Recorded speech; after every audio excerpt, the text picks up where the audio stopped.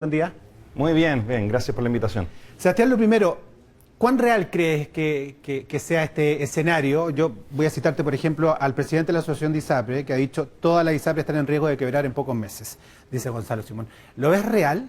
¿Eso es un escenario real?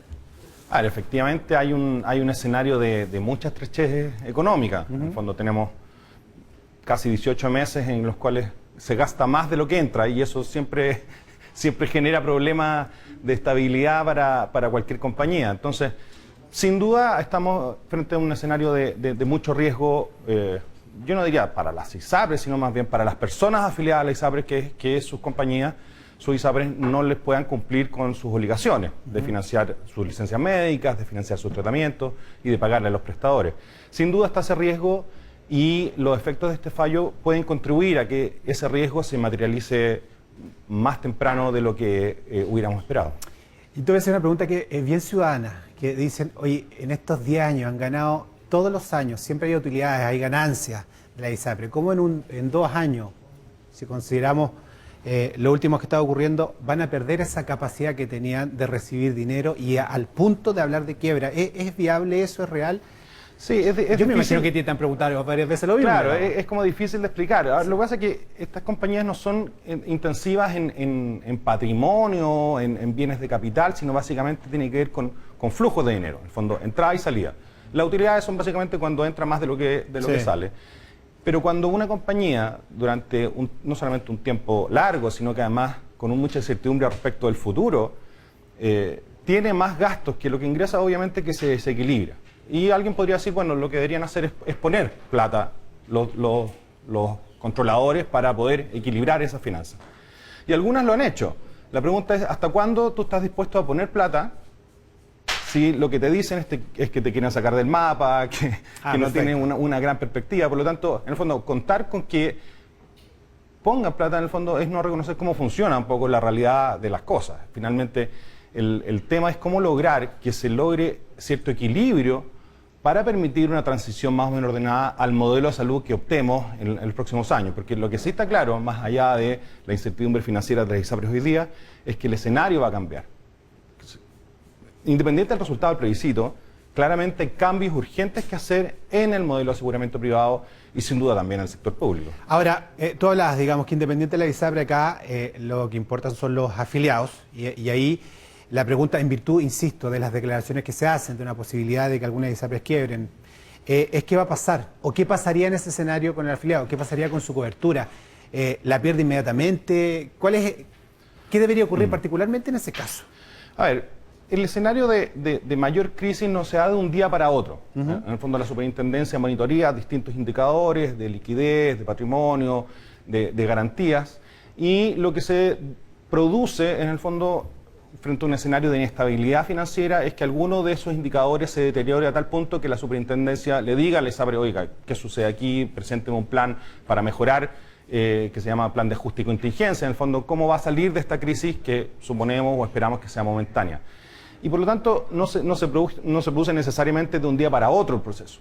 Pero sí, obviamente, eso genera mucha incertidumbre entre las personas. Los más sanos, obviamente, y que tienen más recursos van a tratar de huir, con lo cual se deteriora la cartera de afiliados.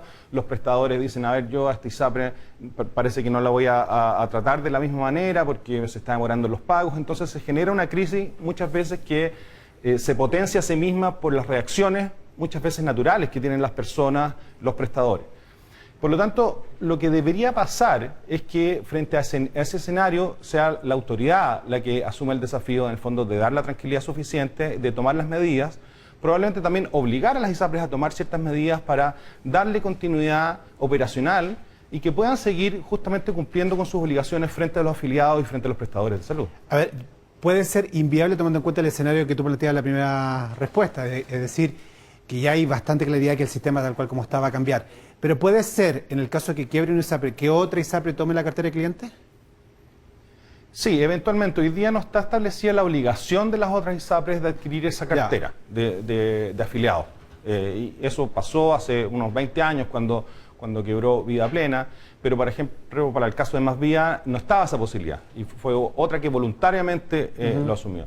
podría darse ese caso, pero obviamente que es un caso una situación bastante crítica, que es una posibilidad. La ley establece además la posibilidad de que se licite la cartera, o sea, que la superintendencia tome a los afiliados y lo ofrezca de alguna manera a las ISAPRES que sobrevivan a esa crisis.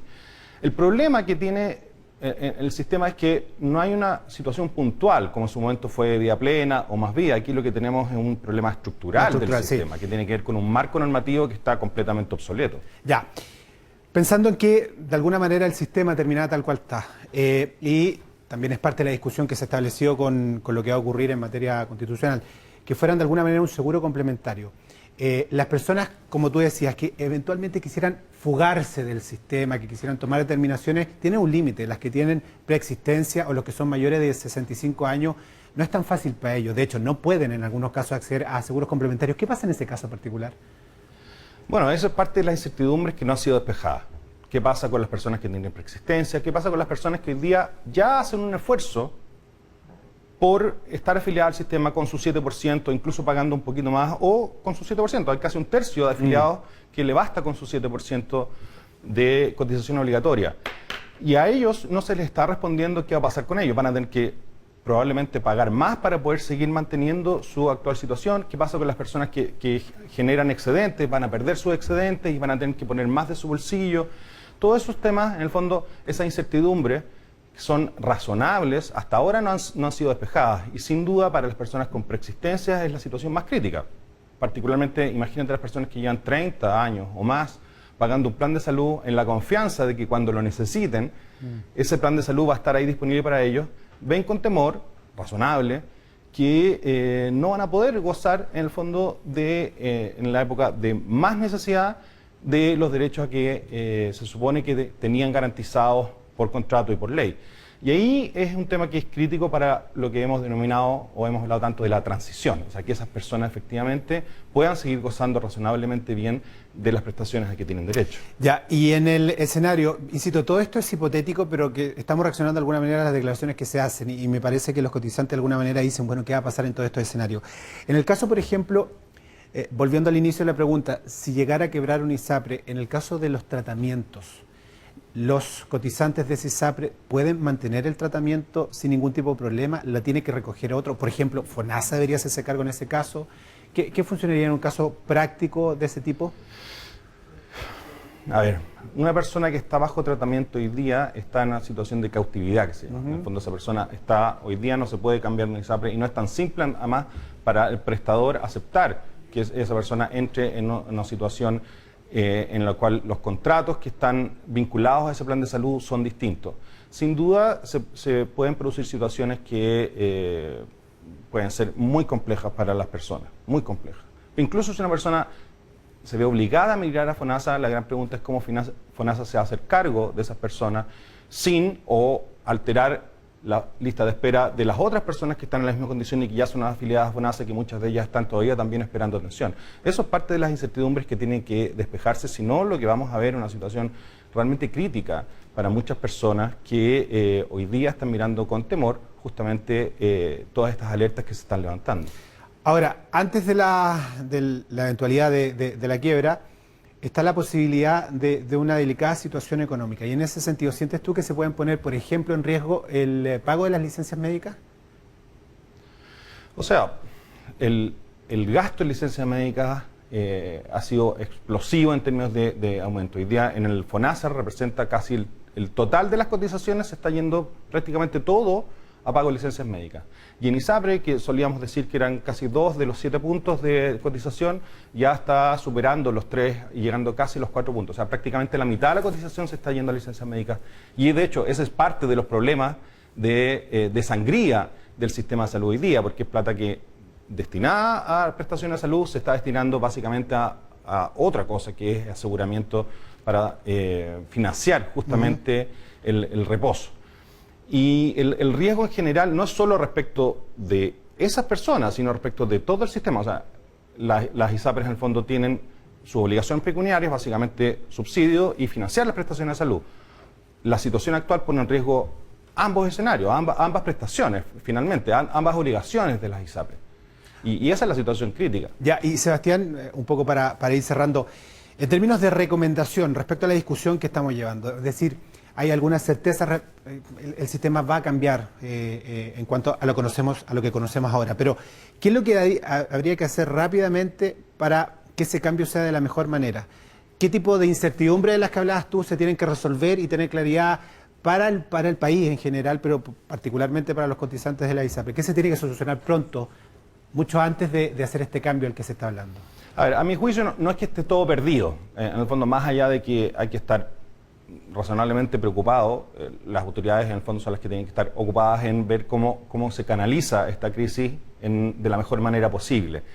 Creo que hay varios elementos. Uno, asegurar en el fondo la continuidad operacional de las ISAPRES que permita, que asegure a las personas que les van a seguir cumpliendo con sus obligaciones. Y yo creo que paralelamente a eso, diseñar una transición que sea escalonada, que sea razonable y que sea gradual.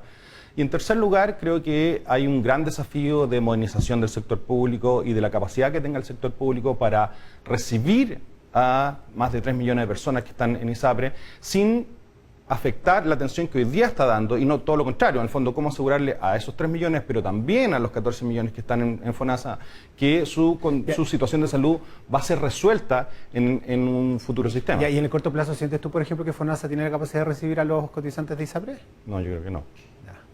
¿Y en corto plazo estamos hablando de cuánto tiempo? Yo creo que cualquier transición de menos de 5 años puede implicar impactos muy negativos en la calidad de vida de la población. Perfecto.